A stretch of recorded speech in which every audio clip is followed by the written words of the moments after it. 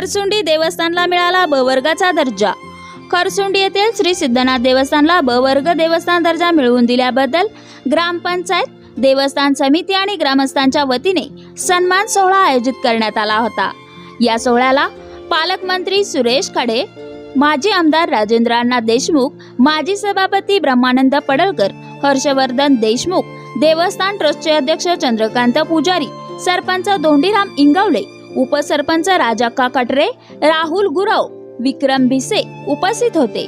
खरसुंडी येथील श्री सिद्धनाथ देवस्थानला ब वर्गाचा दर्जा मिळाला आहे, त्यामुळे आतापर्यंत विकासापासून वंचित राहिलेल्या कुलदैवत सिद्धनाथाच्या नगरीच्या विकासाला खऱ्या अर्थाने चालना मिळेल असे प्रतिपादन सुरेश खाडे यांनी केले।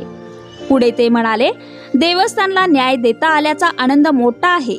सेवा सुविधांसाठी आता 5 कोटींचा निधी मिळेल, त्याचबरोबर पुढे अ वर्गाचा दर्जा मिळावा यासाठीही आपण पाठपुरावा करू।